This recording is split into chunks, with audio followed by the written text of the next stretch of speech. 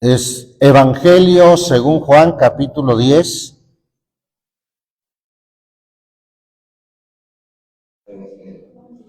Evangelio según Juan, capítulo 10, versículo 11. Dice ahí su bendita palabra, vamos a leer del 11 al 16. Yo soy el buen pastor, es Jesús quien está diciendo esto. Recordemos que Él siempre usa ese término yo soy, al igual que Dios en el Antiguo Testamento que dijo yo soy el que soy. Bueno, pues Jesús es el único que, a diferencia de los profetas que decían vengo en el nombre del Señor, vengo de parte del Señor, el Señor o Dios me mostró esto. A diferencia de todos los profetas, Jesucristo, Él decía, yo soy. Y Él con esa autoridad dice en este versículo 11, yo soy el buen pastor. El buen pastor, ¿qué hace? Su vida da por las ovejas.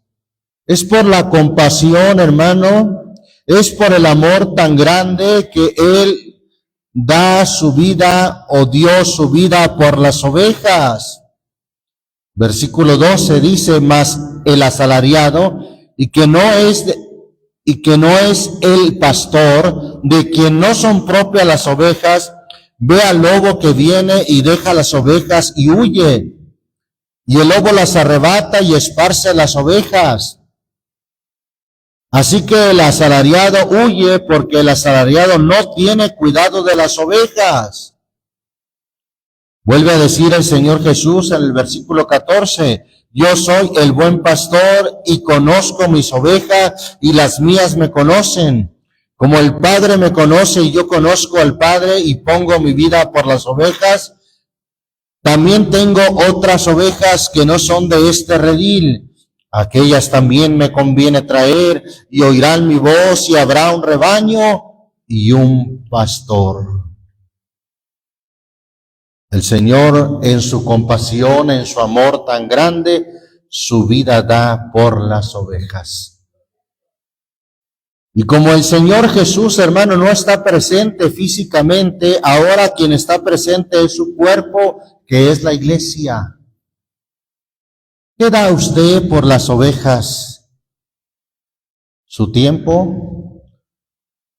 ¿Qué da usted por las ovejas? ¿Su sacrificio? Porque todavía hay muchas ovejas que, como dice Isaías 53, están descarriadas.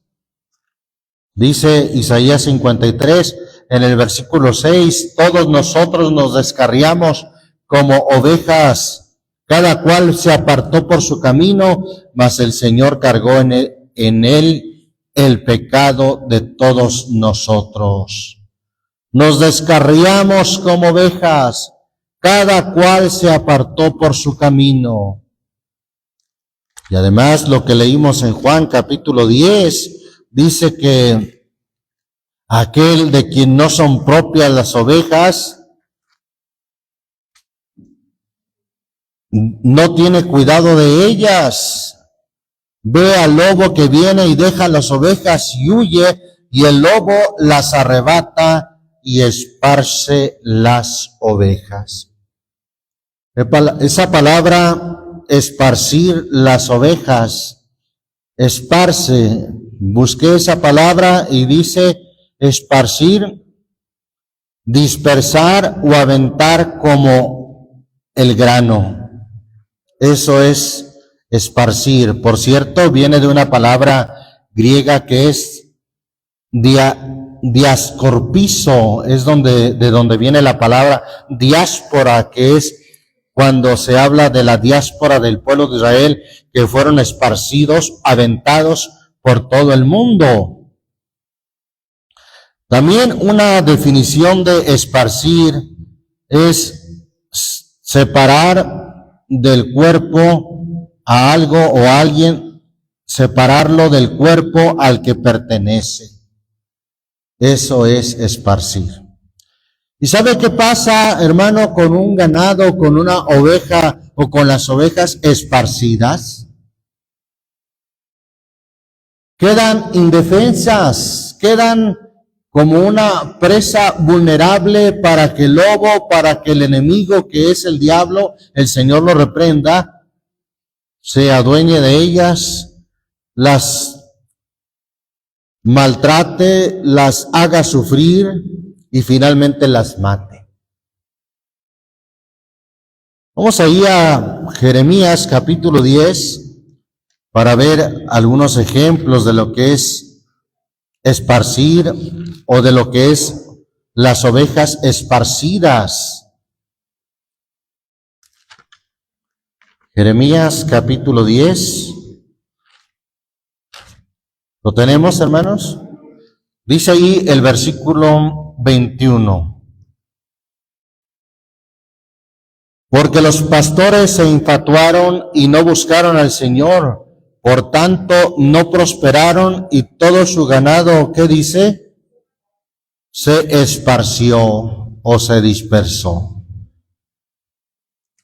¿Sabe que el león, hablando del tipo y figura del enemigo que anda alrededor nuestro buscando a quien devore,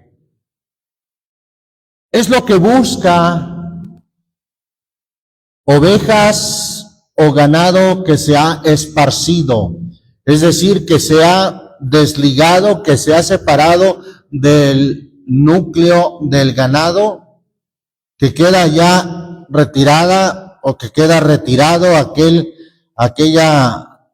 animalito y queda indefenso, queda vulnerable como una presa fácil del león. O si hablamos del lobo, pues como una presa fácil del lobo o de los lobos. Así está la gente esparcida, descarriada, indefensa, vulnerable a las embestidas del enemigo. Vean lo que dice ahí el capítulo 13, de ahí mismo de Jeremías, versículo 24. Dice: en el nombre del Señor Jesús, por tanto yo los esparciré. ¿Y en qué consiste ese esparcimiento? Esparcir. Dice ahí el texto, como tamo que pasa al viento del desierto. Yo los esparciré como tamo que pasa. Un tamo que se avienta al viento, hermano. ¿Cuál es su paradero? ¿Cuál es su fin? Se vuelve nada. Pues así está la gente, esparcida como tamo que pasa al viento del desierto. ¿Qué esperanza? En el desierto, ninguna esperanza. Ezequiel capítulo 34, libro del profeta Ezequiel capítulo 34. Estamos viendo algunos ejemplos de lo que es la condición tan vulnerable, tan indefensa de aquellos que están esparcidos, de aquellos que están dispersos, sin Dios y sin esperanza. Vamos a leer desde el versículo 1 al 6. Amén.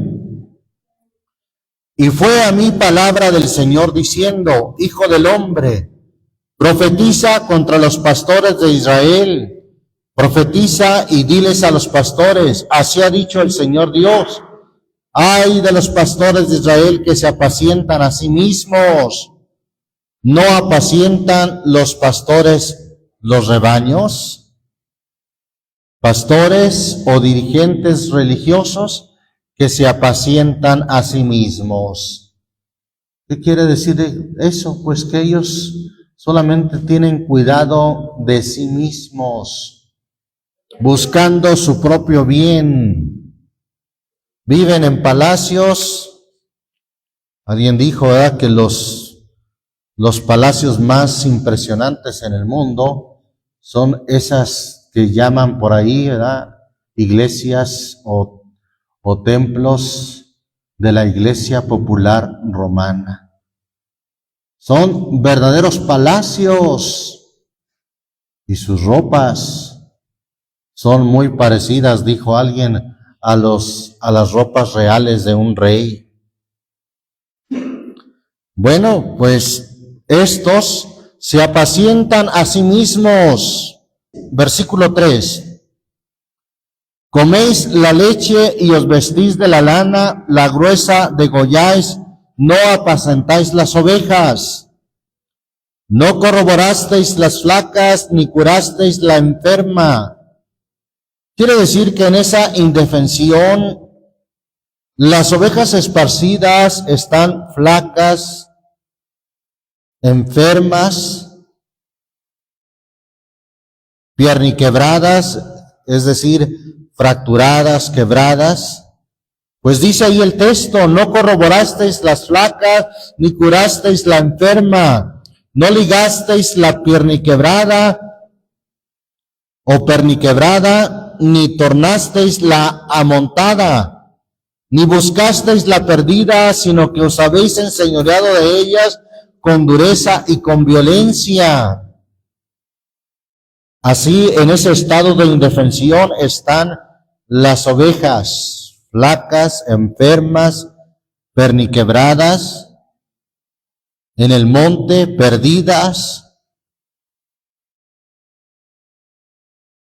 Es importante, hermano, que sintamos compasión por las ovejas que están en ese grado de indefensión, por esas ovejas que están vulnerables, esparcidas, flacas, enfermas, y no de una enfermedad física propiamente, sino de una enfermedad espiritual, hermano. Hay una enfermedad espiritual que está agobiando a la humanidad. Por ahí repartimos un folleto que precisamente habla de la peor enfermedad. La peor enfermedad no es el cáncer, no es ni siquiera el SIDA, no es la lepra, no es el COVID-19. No, la peor enfermedad que sigue azotando a la humanidad es el pecado. Porque del pecado viene la amargura, del pecado viene la depresión, del pecado viene el sufrimiento en la humanidad, del pecado vienen las familias desintegradas, los divorcios, los hijos que se desintegran o se van a la delincuencia. Unos terminan en la cárcel y otros terminan muertos o en las drogas, en aquello que les dicen ya se quedaron arriba. ¿Sí? Esa es la peor enfermedad, el pecado que está agobiando a la humanidad.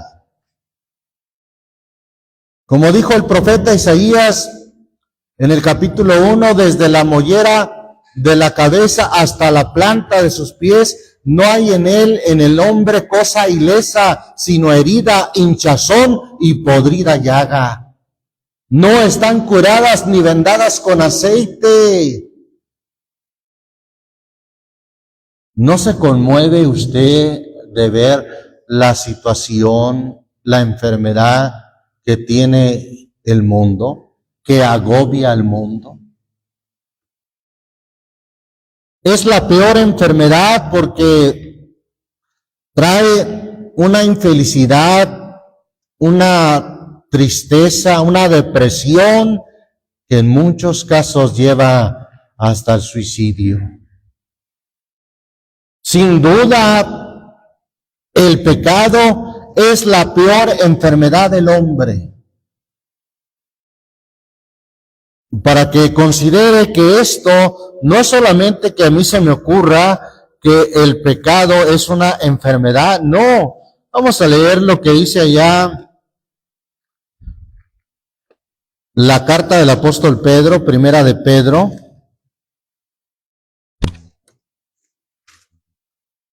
Primera de Pedro, capítulo 2, versículo 24, en el nombre del Señor Jesús. ¿Lo tenemos? Bien, dice en el nombre del Señor Jesucristo, el cual mismo llevó nuestros pecados en su cuerpo sobre el madero,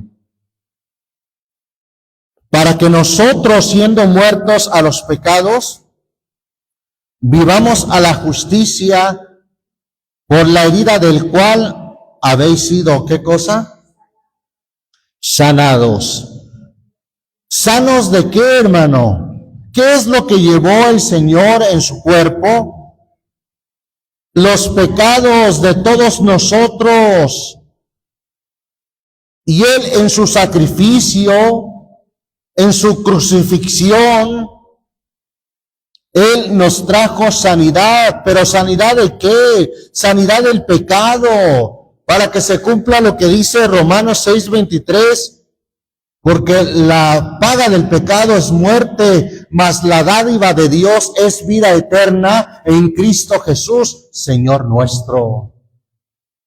La dádiva de Dios es vida eterna, para sanar del pecado. La escritura que citábamos ahí en Isaías, vamos a Isaías, enseguida volvemos a Ezequiel 34, donde nos quedamos. Isaías 1, dice ahí el versículo 4. ¿Lo tenemos? Oh gente pecadora. No está hablando de gente enferma de cáncer, no está hablando de gente enferma físicamente, sino de gente enferma del pecado. Pues mira lo que dice el versículo 4. Oh gente pecadora, pueblo cargado, ¿de qué estaban cargados? De maldad, generación de malignos, hijos depravados, dejaron al Señor, provocaron a ira al Santo de Israel, tornáronse atrás. ¿Para qué habéis de ser castigados aún? Todavía os rebelaréis. Toda cabeza está enferma y todo corazón doliente. ¿Se fija cómo habla de enfermedad ahí? Pero no es una enfermedad física, es una enfermedad espiritual que agobia a la humanidad. Toda cabeza está enferma y todo corazón doliente. Desde la planta del pie hasta la cabeza, no hay en él cosa ilesa, sino que hay herida, hinchazón y podrida llaga.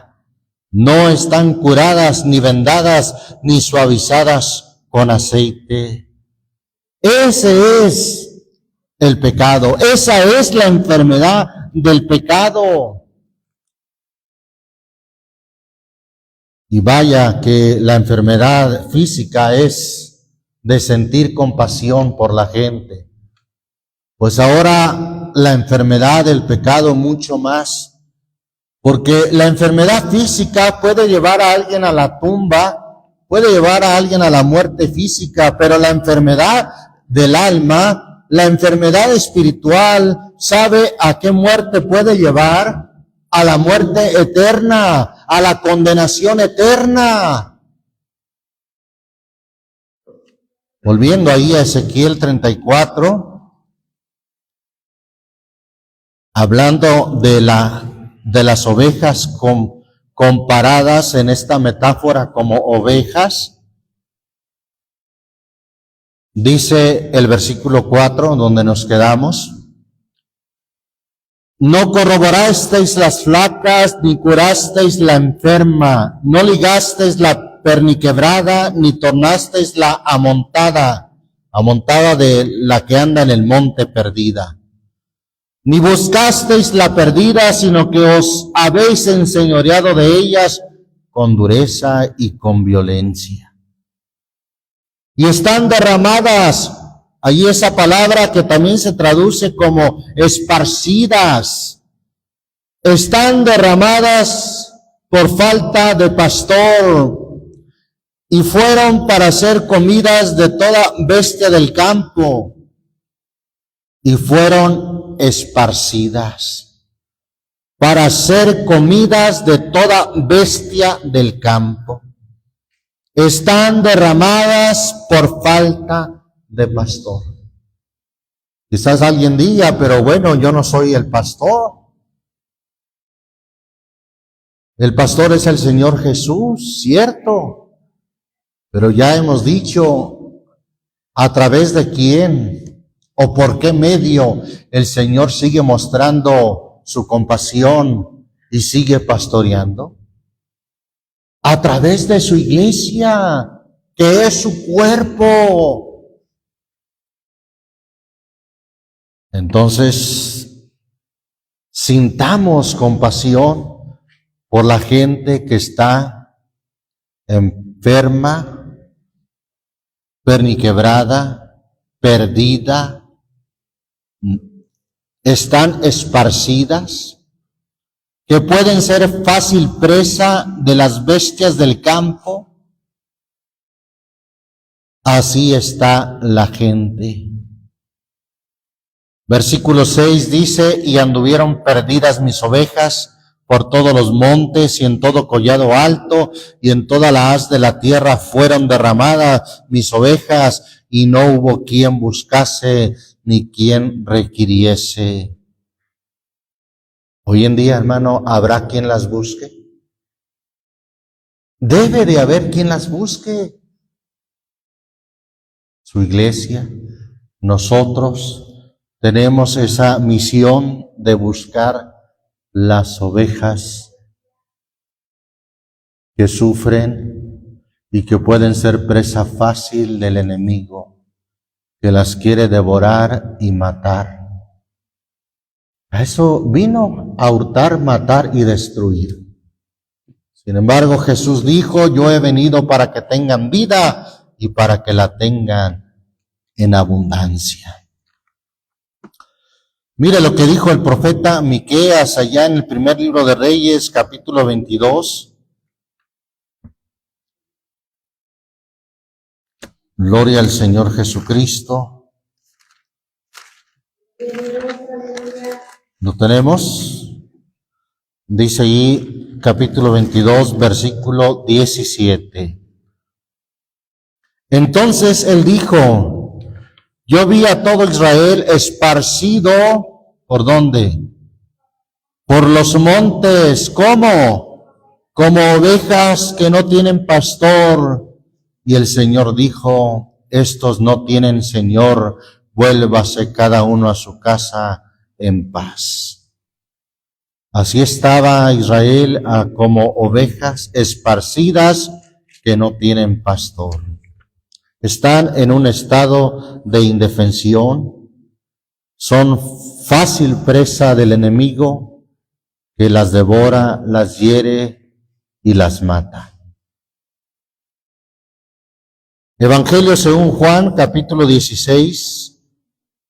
Vamos al Evangelio de Juan nuevamente, capítulo 16.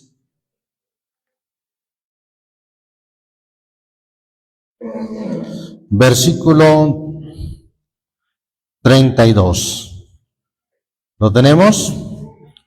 He aquí la hora viene y ha venido, que seréis esparcidos cada uno por su parte y me dejaréis solo, mas no estoy solo, porque el Padre está conmigo. El Señor dijo, la hora viene y ha venido, que seréis esparcidos cada uno por su parte. Seréis esparcidos, derramados, y en ese esparcimiento, eso implica perdidos, sin cuidado. Así están las ovejas perdidas, descarriadas. ¿Cómo no sentir compasión, hermano, por un mundo, por aquellas ovejas que aún están esperando ser rescatadas, ser llevadas por un buen pastor? que las ame y las cuide. Romanos capítulo 15, carta a los Romanos capítulo 15, dice ahí el versículo 5. ¿Lo tenemos? Dice ahí la Escritura: mas el Dios de la paciencia y de la consolación os dé que entre vosotros seáis ¿qué? Seáis de un mismo sentir según Cristo. Que seamos de un mismo sentir como el de Cristo. Que tengamos el sentir de Cristo. ¿Y cuál fue el sentir y es de Cristo, hermano? Que tuvo y tiene compasión por esta humanidad.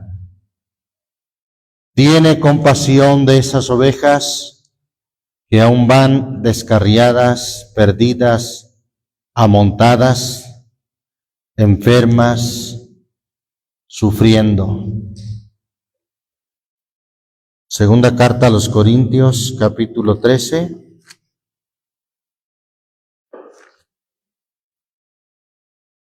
Segunda carta a los Corintios, capítulo 13. ¿Lo tenemos? Dice ahí la palabra de Dios en el versículo 11. Resta, hermanos, que tengáis gozo, seáis perfectos, tengáis consolación. ¿Y qué más? Sed de un mismo sentir. ¿De cuál sentir, hermano? Un mismo sentir, como el de quién. Vamos a seguir leyendo. Sintáis o seáis de un mismo sentir. ¿Y qué más dice? Y vivir en paz, y el Dios de paz y de caridad será con vosotros. Que seáis de un mismo sentir. La versión antigua dice: sintáis una misma cosa. ¿Qué es lo que debemos sentir? Pues lo que siente nuestro Señor. Filipenses capítulo 2, versículo 5, mire lo que nos dice: haya pues en vosotros este sentir que hubo también en Cristo Jesús. Haya en nosotros este mismo sentir que hubo también en Cristo. ¿Qué sentir hubo en el Señor hacia la humanidad, hermano? Hubo el sentir de la compasión, y que ese sentir también haya en nosotros. Haya pues en vosotros este sentir que hubo también en Cristo Jesús. Que ningún otro sentir nos mueva a predicar el Evangelio, hermano, no. Pues el versículo 3 dice: nada hagáis por contienda o por vanagloria, antes bien en humildad, estimándoos inferiores los unos a los otros. Haya en vosotros este mismo sentir que hubo también en Cristo. Ya que estamos ahí en Filipenses, vamos al capítulo 4, versículo 1 y 2. ¿Lo tenemos? Así que, hermanos míos, amados y deseados, gozo y corona mía, estad así firmes en el Señor, amados. A Euodias ruego y a Sintique exhorto que sientan, ¿qué cosa? Que sientan lo mismo, o que sientan o que tengan un mismo sentir en el Señor. Que sean de un mismo sentir en el Señor. Un sentir, hermano, que nos debe de mover a predicar el Evangelio, a anunciar el Evangelio, un sentir de compasión hacia las gentes. No podemos permanecer indiferentes ante una un mundo que sufre, nuestros familiares, amigos. ¿Cómo es posible que usted permanezca indiferente? No, hermano. Si es que estamos indiferentes y no sentimos nada, es que Cristo no está en nosotros. Porque si Cristo está en nosotros, vamos a sentir lo que Cristo siente, compasión por las gentes. Primera carta a los Corintios 9, dice ahí la palabra de Dios en el versículo 16. Pues bien que anuncio el evangelio, no tengo de qué gloriarme, porque me es impuesta, ¿qué cosa? Necesidad. ¿Sabe lo que es necesidad, hermano? Por ejemplo, ¿usted por qué bebe agua? Porque tiene necesidad, su cuerpo tiene necesidad de agua. ¿Por qué usted tiene que comer? Se alimenta de tortillas y de comida. ¿Por qué? Hermano, pues es una necesidad, ni modo que no coma. Cierto, es una necesidad. Pues aquí el apóstol Pablo habla de anunciar el evangelio como una necesidad que debe de haber en nosotros. Necesito para sentirme contento, satisfecho, que estoy haciendo la voluntad de Dios, necesito anunciar el evangelio. ¿Qué no siente, hermano, esa necesidad? No es posible que sea insensible. No es posible que no sienta. Y si no siente, es que no está el Espíritu de Cristo en usted. Debe de haber esa necesidad en cada uno de nosotros de anunciar el evangelio. Y dice Pablo, con un ay de lamento, de dolor, ay de mí si no anunciare el evangelio. Por lo cual, si lo hago de voluntad, premio tendré. Mas si por fuerza, la dispensación o la comisión, dice otra versión, me ha sido encargada. ¿Cuál es su necesidad? ¿Qué necesidades tiene como cristiano, hermano o hermana? ¿Será que solamente está la necesidad de comer, dormir, trabajar? Paz de Cristo. Esto nos debe de mover a reflexión. ¿Qué necesidades tenemos? ¿No siente la necesidad de anunciar el evangelio? Filipenses, volviendo otra vez a Filipenses, capítulo 1.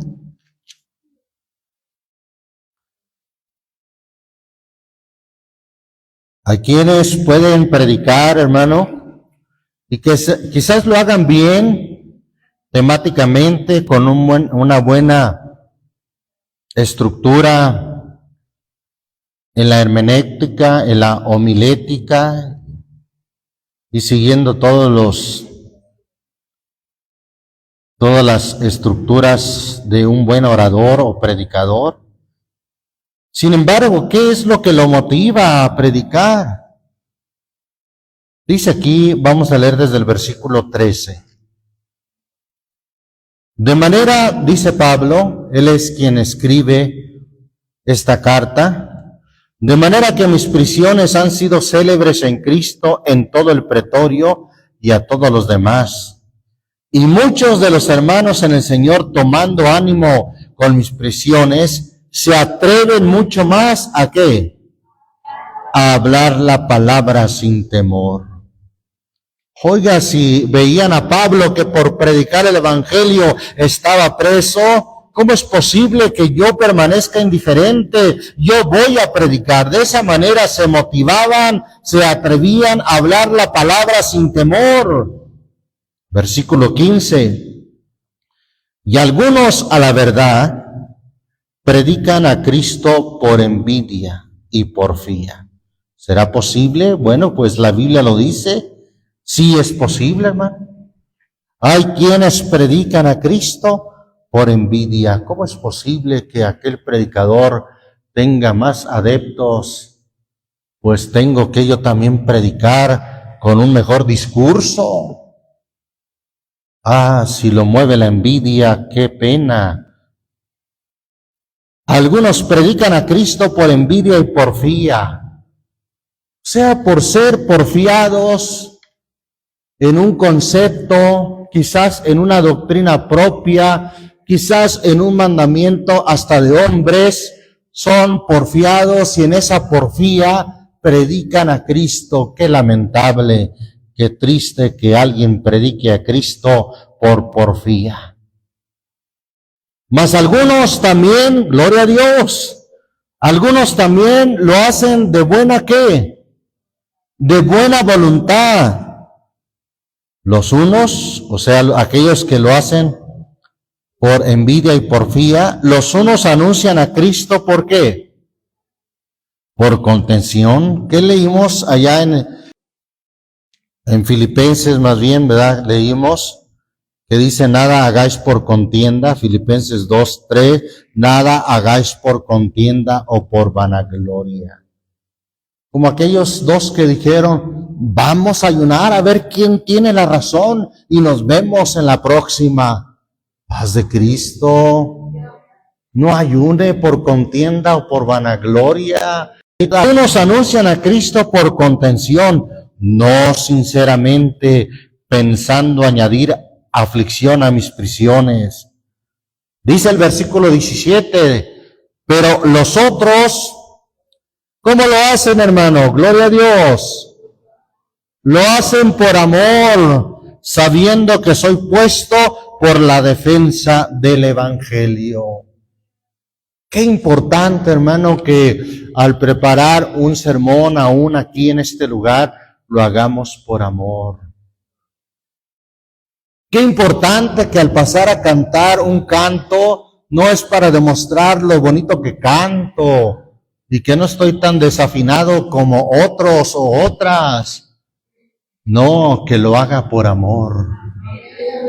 Qué importante, hermano, que al ir a repartir un folleto, a hablar la palabra a la gente, no sea, hermano, una carga, no sea, hermano, por un mandato del pastor, sino que usted lo haga por amor.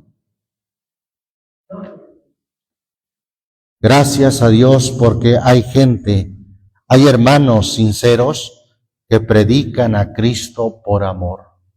Movidos por la compasión, predican a Cristo.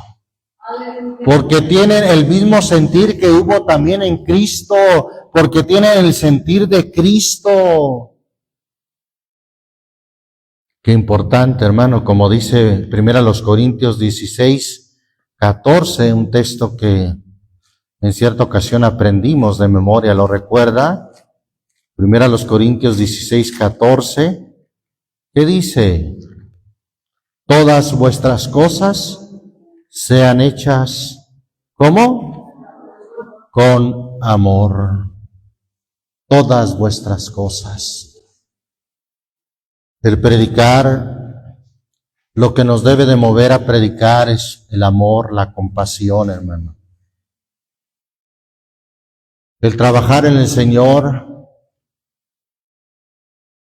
aún el poder habilitar este lugar, hermano, yo lo que visualizo es que las almas vengan.